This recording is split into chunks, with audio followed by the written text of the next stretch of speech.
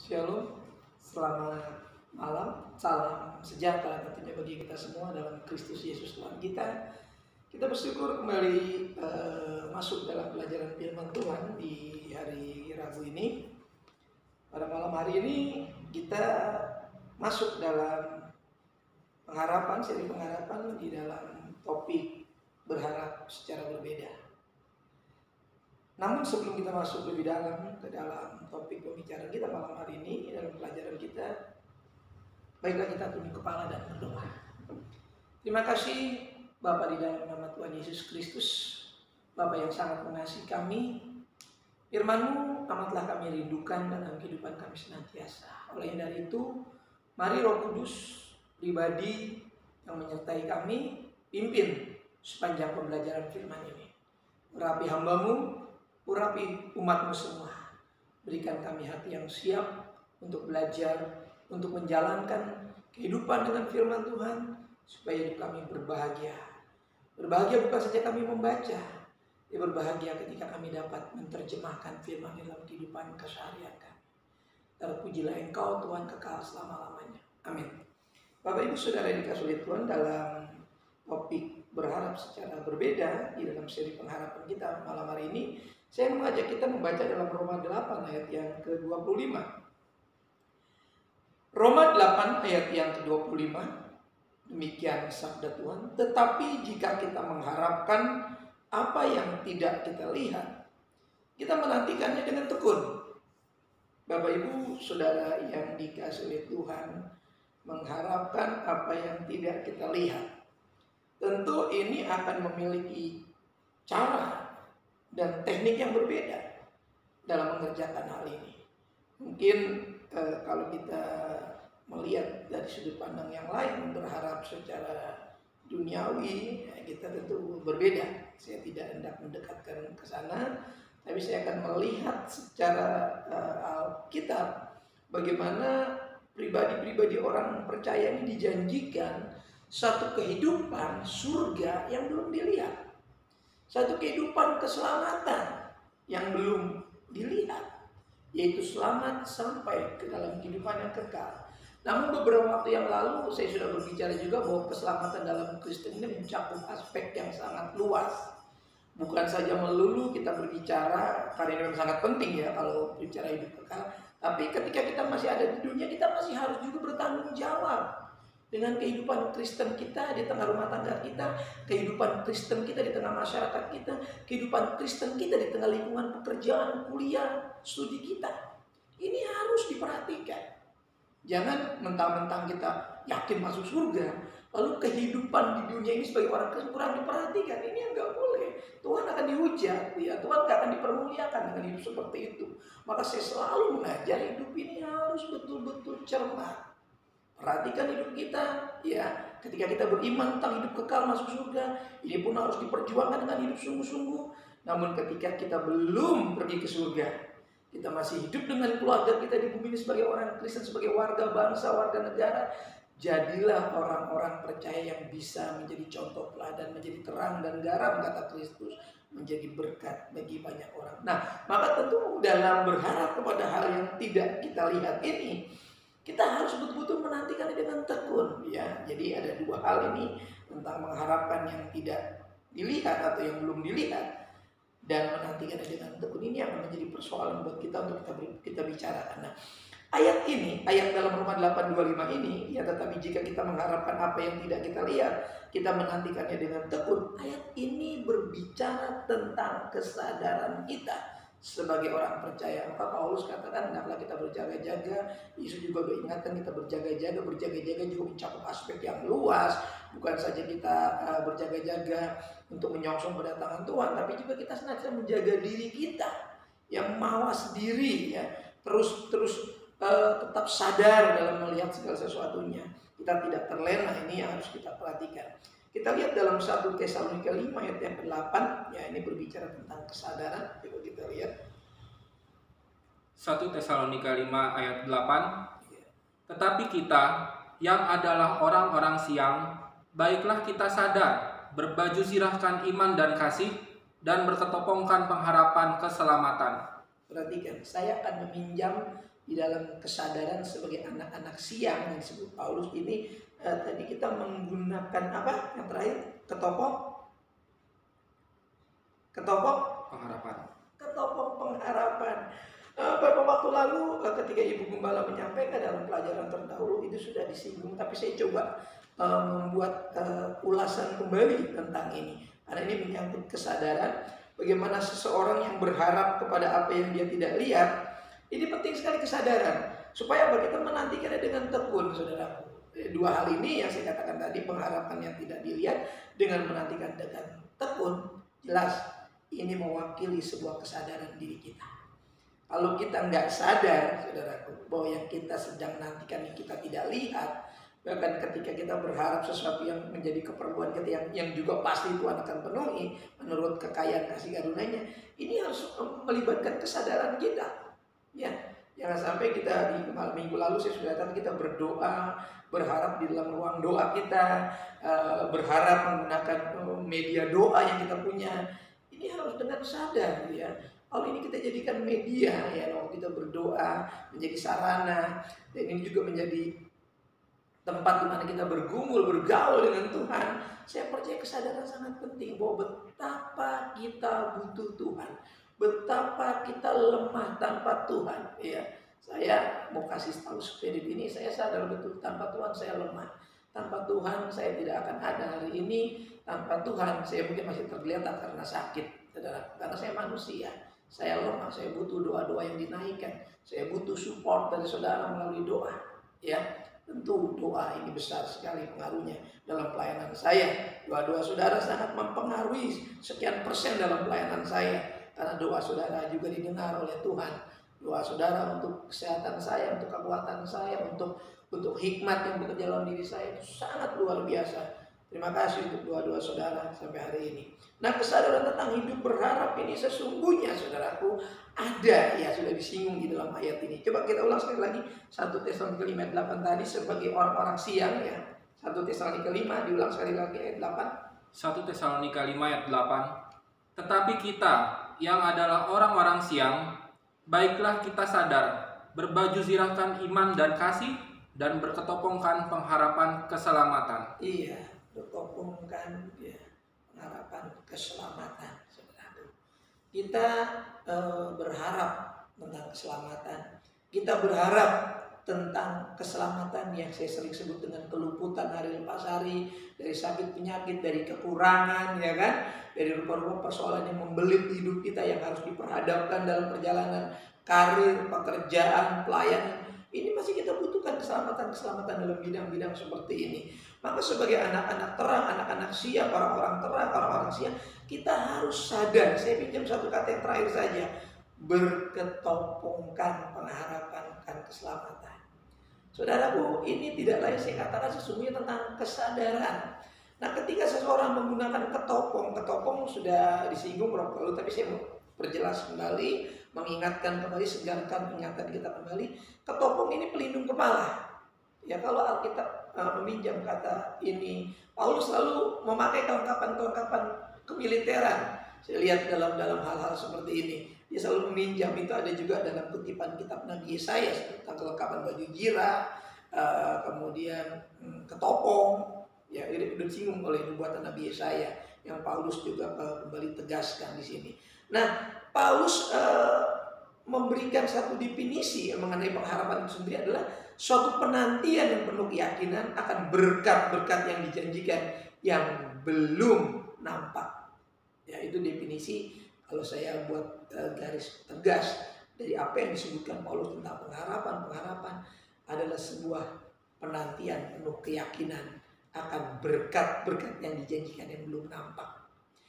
Ketika seseorang berharap tentang sesuatu yang dia tidak lihat, sesuai ayat nats kita tadi di mana kita membutuhkan ketekunan, kata ayat nats pertama yang kita baca tadi, maka ketopong ini penting sekali. Pengharapan yang digambarkan ketopong ini melindungi pikiran kita. Apa maknanya? Seseorang berharap kepada apa yang dia belum lihat, yang harus ditunjang dengan ketekunan iman, artinya bahwa pikiran kita, seluruh angan-angan kita, harapan kita harus betul-betul dikontrol di dalam iman. Kerja iman akan terjadi dalam pikiran kita. Ya. Iman yang kita punya bukan cuma bermain di wilayah batiniah hati kita. Ya. Batiniah kita. Tapi dia akan mempengaruhi, ingat, di pikiran kita. Karena waktu kita berharap, pikiran kita juga akan terpengaruh. Ya. Di seluruh yang ada di otak kita ini harus dikendalikan oleh iman kita. Makanya berketopongkan pengharapan, saudaraku. Ini adalah pikiran yang kemudian dikontrol oleh firman Allah. Karena firman Allah inilah sumber iman. Kalau iman bermain di wilayah pikiran sudah tidak lain dan tidak bukan adalah pekerjaan firman Allah. Maka firman Allah akan mempertegas janji-janji yang akan kita nikmati. Yang kata Paulus katakan kita nantikan dengan yakin, ya, dengan yakin. Karena berharap ini harus betul-betul menjadi sebuah penantian dengan keyakinan. Ya, akan berkat-berkat yang belum nampak. Saudaraku, surga itu belum nampak. Ya. Kita baru mendengar dari firman Allah dan kita yakin ini adalah modal dasar untuk kita bisa masuk ke surga. Kalau kita sudah tidak yakin dengan surga, bagaimana kita bisa mendiami surga? Sekarang saya belum ke surga, saya baru nikmati suasana surga saja lewat firman Allah, lewat ibadah, lewat memuji Tuhan, lewat menyembah Tuhan, lewat intimasi saya dengan Tuhan. Saya sudah bahagianya luar biasa. Apalagi ketika saya menutup mata dan saya berangkat ke surga bersama Yesus. Betapa bahagianya saya. Saudara tuh, ini harus ada dalam diri kita mempercayai Yesus. Karena ini dijanjikan walaupun ini belum nampak. Kalau soal hidup sekarang ini, saya percaya dalam waktu dekat Tuhan sudah siap realisasikan. Tapi kalau surga, kalau Tuhan belum datang, percayalah, saudara dan saya harus tetap setia menanti. Tuhan pasti datang bawa kita ke surga. Karena dia akan datang kembali. Dia katakan, aku pergi kepada Bapa menyediakan tempat. Ya, menyediakan tempat. Dia pergi kepada Bapa menyediakan tempat. Ya, tempatnya sudah ada. Ya, jangan bilang Tuhan belum kelar kerja. Saya selalu ingatkan, jangan bilang Tuhan belum selesai kerjakan. Itu menghina kekuasaan Tuhan. Karena Tuhan sekali berfirman langsung jadi, saudaraku. Ya, surga itu sudah ada sebelum kita ada, saudara. Ya. Jadi jangan bilang, oh surganya belum jadi, kita belum mati. Jangan, itu bodoh, tidak ada ayatnya, saudara. Yesus sudah menyediakan tempat, cuma kita yang belum ke sana. Tapi dia bilang, aku akan datang kembali kepadamu dan membawa kamu ke tempat. Saya tidak bilang kita harus pergi sekarang. Tapi saya dan saudara harus berharap kita harus produktif sekarang. Kita harus memberitakan kerajaan surga. Kita harus memberitakan apa yang dikerjakan Yesus. Caranya dengan kita berbagi kesaksian hidup. Hidup yang percaya. Hidup yang yakin. Hidup yang sungguh-sungguh. Dan hidup yang bergembira. Hidup yang bersukacita. Ini hidup yang menggiurkan. Jangan beritakan hidup yang penuh keluh kesah. Jangan beritakan hidup yang tidak ada kepastian. Yesus jaminan kita. Yesus pasti datang memberkati kita. Kalau dia belum datang bawa kita ke surga, dia akan datang bawa berkat buat kita. Dia akan pelihara kita dengan janji-janjinya. Yang kemudian saudara, kita masuk dalam 1 Petrus 1 ayat 27. Jadi pikiran kita harus dikontrol. Kalau pengharapan itu sebagai ketopong, ya ketopong keselamatan, ini aman. Aman otak kita, pikiran kita, ya harapan-harapan kita, kerinduan-kerinduan kita, ya kan, angan-angan kita, semua dikontrol oleh firman Allah lewat iman yang sudah dihidupkan lewat firman Allah. Karena iman kita cuma muncul lewat firman Allah. Ya kan, selalu saya ingatkan Roma 10:17. Iman cuma timbul dari pendengaran oleh firman Kristus. Kita lihat 1 Petrus 1:21. Yang kedua saya akan coba perjelas kembali di sini. 1 Petrus 1 ayat 21. Oleh dialah kamu percaya kepada Allah yang telah membangkitkan dia dari antara orang mati dan yang telah memuliakannya, sehingga imanmu dan pengharapanmu tertuju kepada Allah. Nah, jadi Petrus katakan kalau kita sudah bisa merespon seperti apa yang tadi katakan Paulus 1 5 ayat 8, ya, suatu penantian penuh keyakinan akan berkat-berkat yang belum nampak, ya. Kata ketopong tadi di sini adalah fokus kita intinya, ya. Jadi coba bagian yang terakhir dari ayat itu diulang sekali lagi, ya. Bagian ujungnya saja. Bagian terakhir. Iya. Sehingga imanmu Sehingga dan imanmu. pengharapanmu tertuju kepada Allah. Nah, jadi yang ditujukan yang mana? Imannya. Nah, kalau imannya ini sudah tertuju, maka pikiran, angan-angan kita, pandangan kita akan digiring kepada Kristus. Bukan kepada berkatnya, kepada Kristusnya. Karena Kristus menjadi pusat, menjadi epicentrum kita. Dan Kristus sekarang ada di surga. Jadi sekarang kita hidup di bumi, beraktivitas, bekerja, mengurus rumah tangga, mengurus aktivitas yang lain. Tapi epicentrum kita harus ke surga, bukan ke bumi. Ya, tapi tanggung jawab kita sekarang di bumi.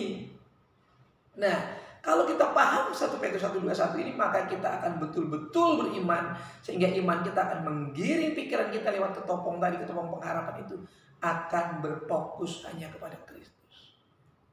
Jadi untuk berkat-berkat hidup sekarang pun, kalau pikiran kita sudah terfokus kepada Kristus, iman kita tertuju kepada kebenaran Kristus, saya percaya Yesus Kristus ini bukan pribadi yang tidak bertanggung jawab. Ya, kemarin saya sudah katakan dia tidak akan meninggalkan kita yatim piatu.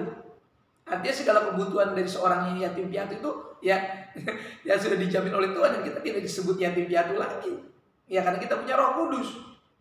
Ya, mungkin status orang boleh bilang saja kita yatim piatu, ya, tapi kita tidak merasa yatim piatu karena kita merasa dijamin oleh Tuhan, karena fokus kita kepada Tuhan. Tuhan adalah sumber keselamatan.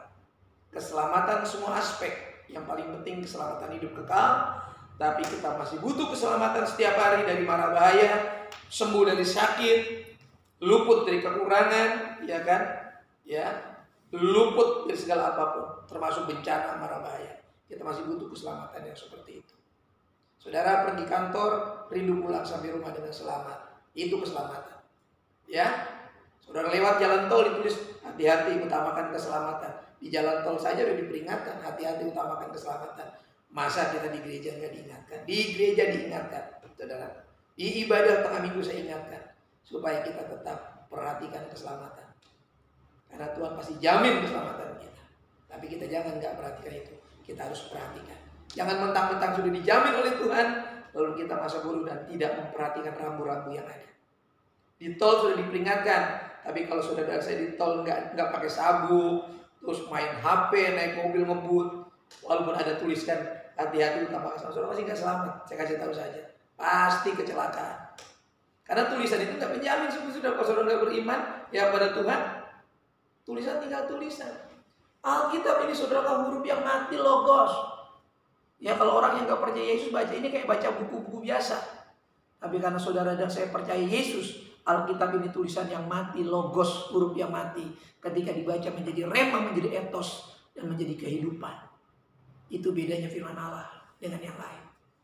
Jadi saya mau kasih tahu sama saudara, walaupun firman Allah sudah peringatkan kita pasti selamat, tapi kalau saudara nggak memperhatikan keselamatan, saya nggak yakin kita selamat. Karena kita termasuk orang yang masa bodoh dengan keselamatan, masa bodoh dengan khotbah-khotbah firman Allah, masa bodoh dengan janji-janji firman Allah. Kita pasti nggak selamat, walaupun kita sudah dapat peringatan-peringatan tentang keselamatan. Karena firman ini akan memperingatkan kita dan untuk kita imani, supaya kita betul-betul selamat di dunia dan sampai ke surga. Saudara, yang terakhir, Galatia 5 ayat yang kelima. Bagaimana berharap secara berbeda? Ya, kita lihat. Galatia 5 ayat 5. Sebab oleh roh dan karena iman kita menantikan kebenaran yang kita harapkan. Iya, menanti dengan tekun. Saya baca ayat nats kita. Tetapi jika kita mengharapkan apa yang tidak kita lihat, kita menantikannya dengan tekun. Saudaraku, kalau kita percaya, kita beriman, kata menanti dengan tekun adalah menanti dengan iman. Kita enggak cuma sekedar beribadah tiap minggu, tiap Rabu. Kalau tanpa iman, semua tidak bisa, saudara.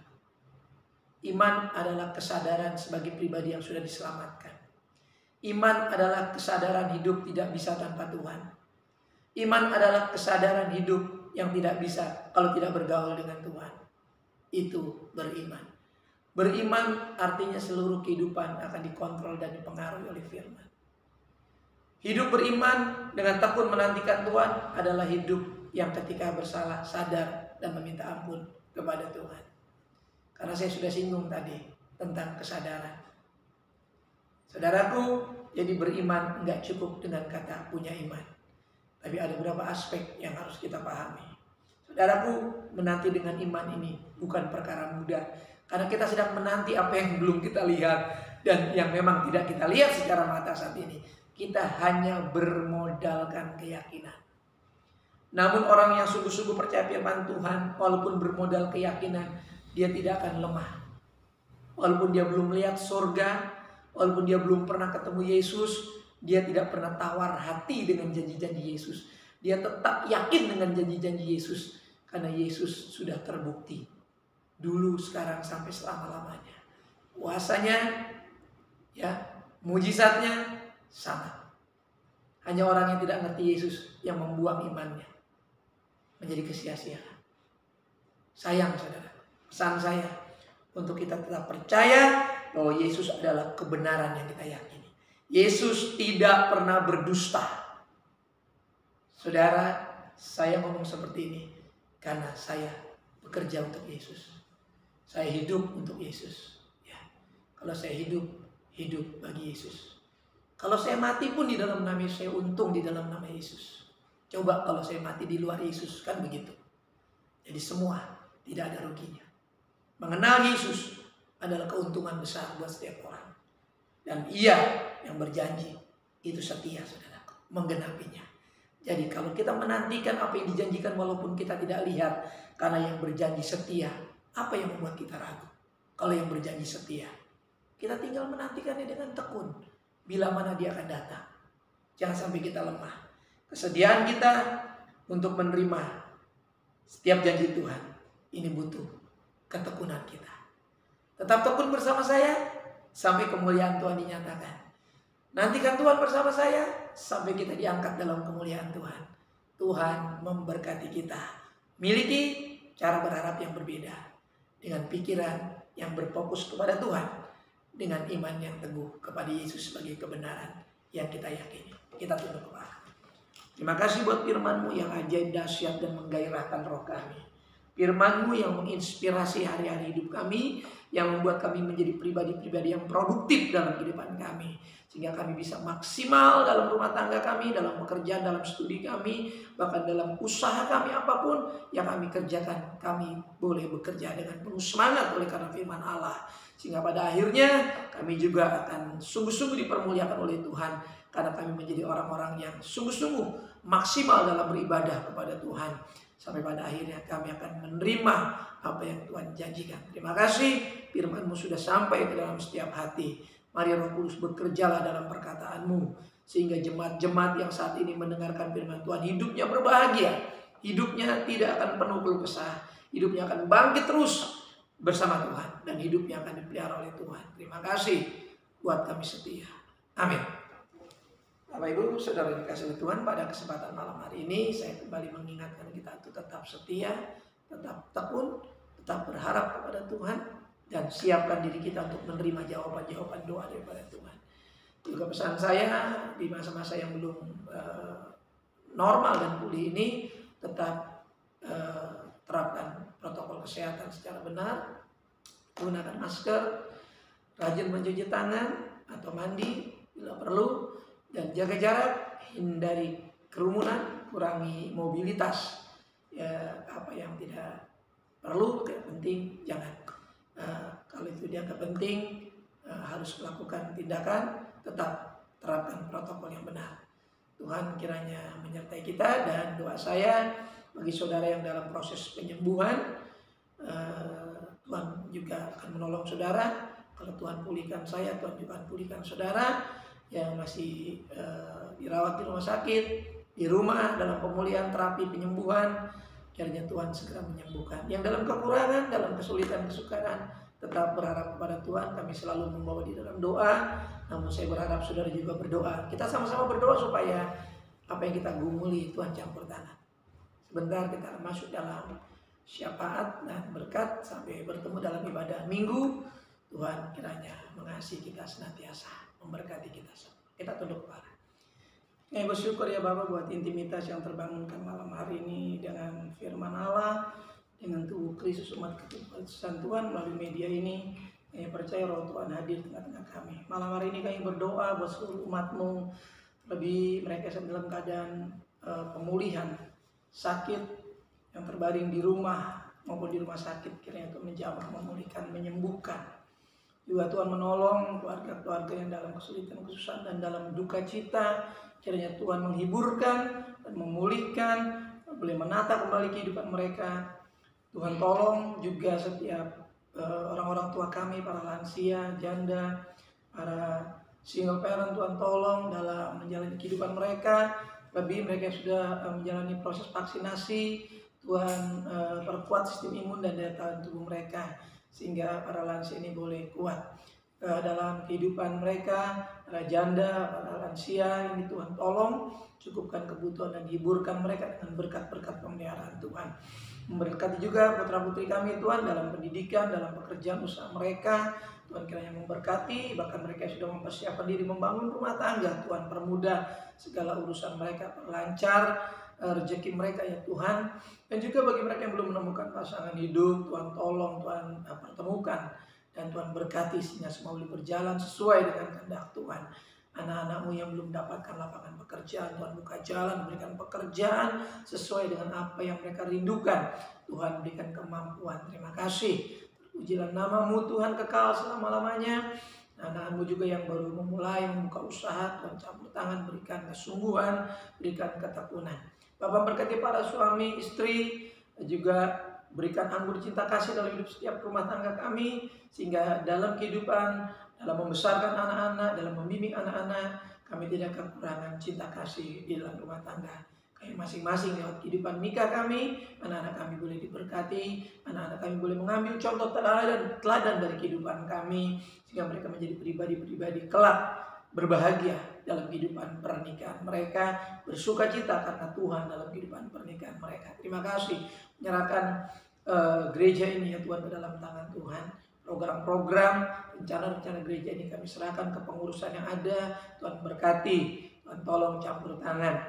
Juga anak-anak-Mu yang saat ini Tuhan terkendala oleh karena situasi saat ini, mereka dalam pelayanan harus terkendala. Kiranya mereka itu tetap boleh bersemangat ke depan. Ketika ini sudah berakhir, kami boleh pulih kembali semangat untuk melayani bersama-sama di tempat ini. Program organisasi kami serahkan juga ke dalam tangan Tuhan, dari BPN sampai ke BPD, dari departemen dan biru-biru yang ada kami serahkan ke dalam tangan Tuhan. Bangsa dan negeri ini juga kami serahkan ke dalam campur tangan Tuhan. Proses vaksinasi yang pemerintah adakan juga boleh terselesaikan dengan baik.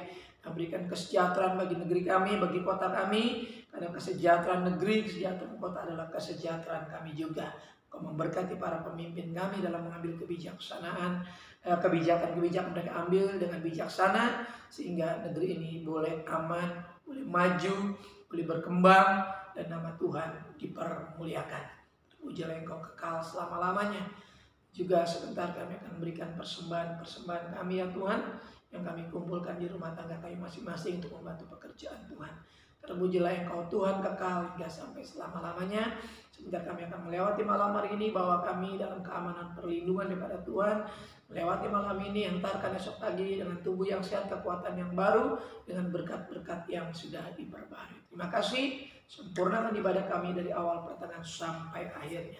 Sidang jemaat yang dikasih oleh Tuhan, buka kedua belah telapak tanganmu, arahkan mata hatimu kepada berkat Tuhan. Turunlah kiranya anugerah, damai sejahtera dari Allah Bapa kita yang di sorga, dan cinta kasih dari Tuhan Yesus Kristus, keintiman serta penyertaan Roh Kudus yang menyertai saya, menyertai saudaraku sekalian yang mulai malam hari ini sampai fajar Maranatha, menjemput kita di awan-awan yang permai dalam berkat nama Tuhan Yesus Kristus. Kita yang diberkati Tuhan sama-sama katakan amin. Tuhan berkati kita. Selamat malam. Shalom.